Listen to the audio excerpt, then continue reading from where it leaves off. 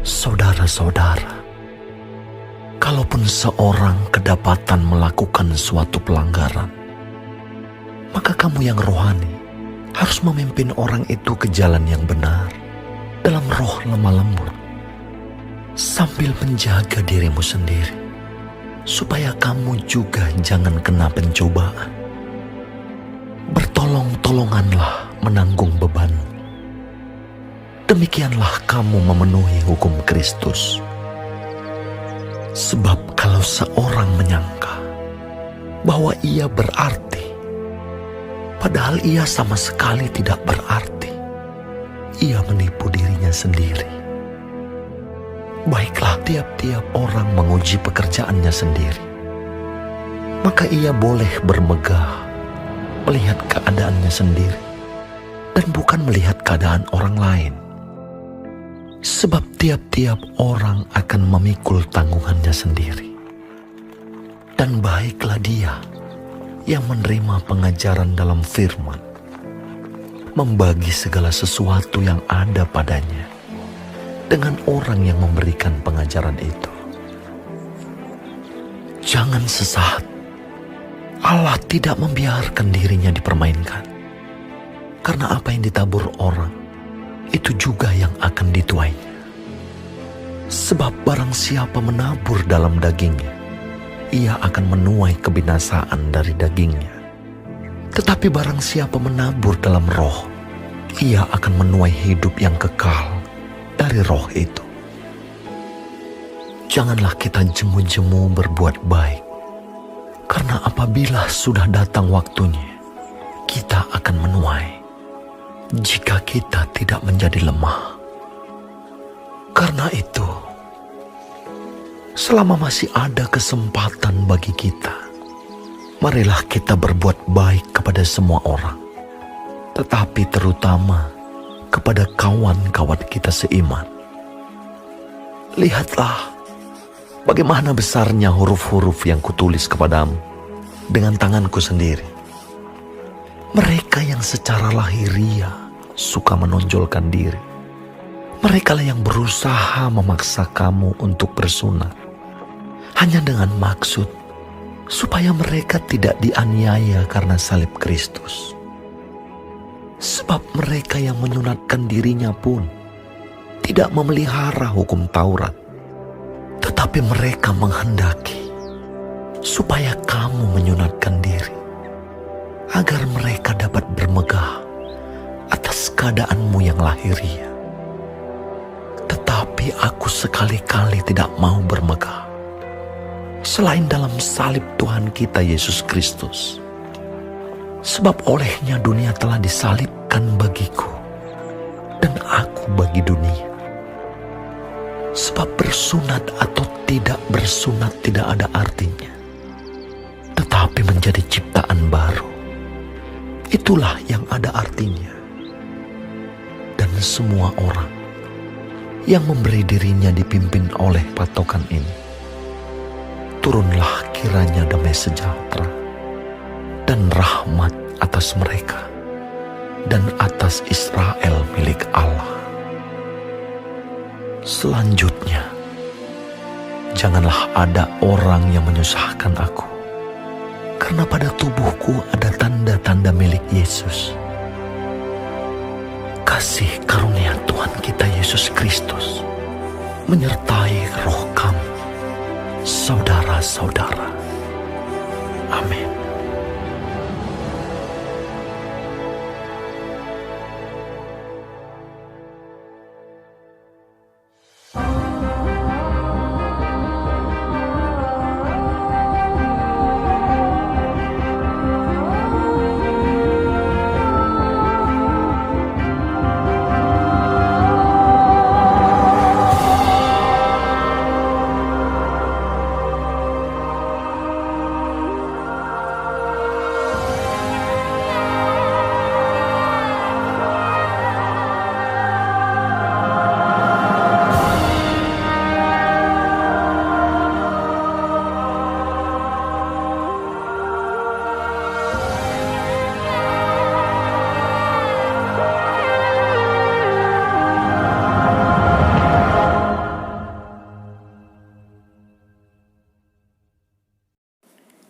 Shalom semua jemaat Tuhan, kembali kita di dalam pendalaman Alkitab Clear Sight. Sekarang kita sudah memasuki kitab Galatia 6, Tuhan Yesus memberkati.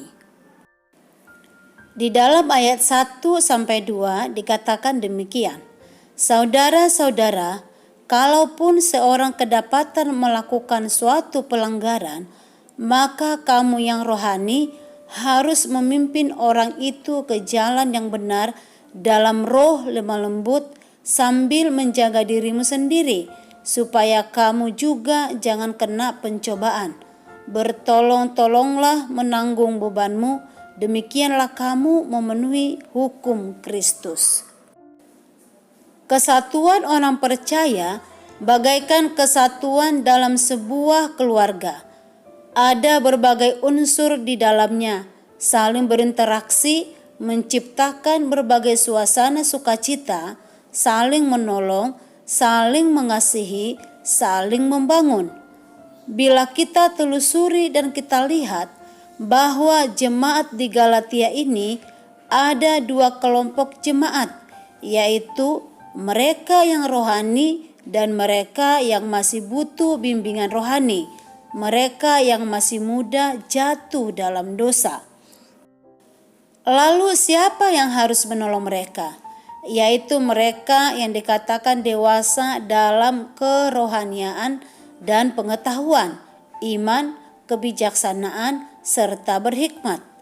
Mereka bertanggung jawab memimpin yang lemah ke jalan yang benar. Bukan berarti mereka yang dewasa rohani itu kebal dengan dosa. Tidak. Sebab itu Paulus juga menasihati mereka supaya berjaga-jaga, supaya mereka juga jangan sombong, juga tidak membanggakan dirinya sendiri, karena sudah mampu membimbing orang lain. Di dalam ayat 4-5 dikatakan demikian.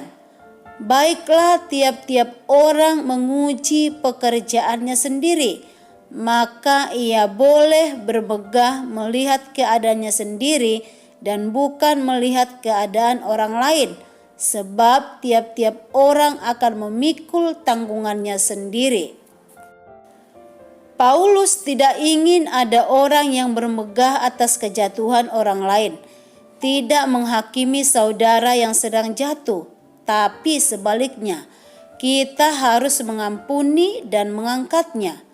Karena itu kita juga bisa jatuh. Oleh karena itu kita harus berjaga-jaga agar tidak jatuh.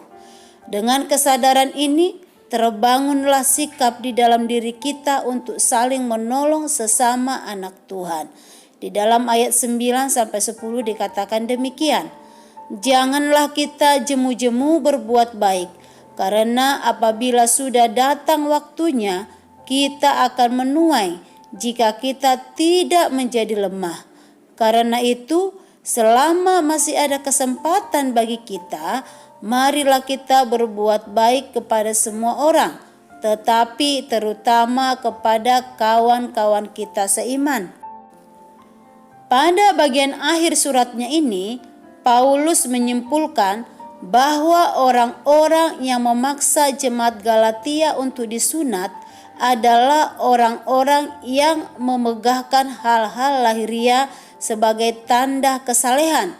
Di dalam ayat 12-13 dikatakan demikian.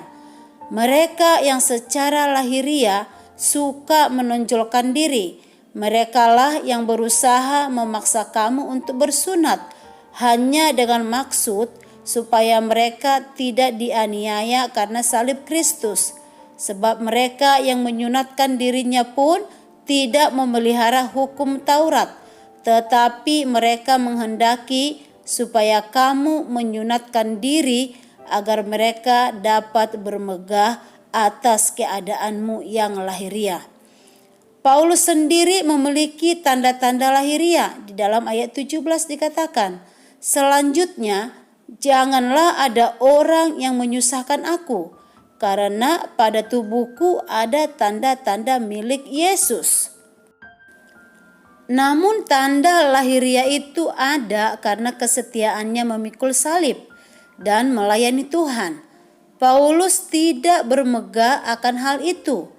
Bagi Paulus yang penting bukan tanda melainkan iman sejati kepada Yesus. Di dalam ayat 15 dikatakan, sebab bersunat atau tidak bersunat tidak ada artinya, tetapi menjadi ciptaan baru, itulah yang ada artinya. Iman sejati akan terwujud dalam kesaksian hidup yang memberkati orang lain. Di dalam ayat 16 dan 18 dikatakan demikian. Dan semua orang yang memberi dirinya dipimpin oleh patokan ini, turunlah kiranya damai sejahtera dan rahmat atas mereka dan atas Israel milik Allah. Kasih karunia Tuhan kita Yesus Kristus menyertai roh kamu saudara-saudara. Amin. Tuhan Yesus memberkati.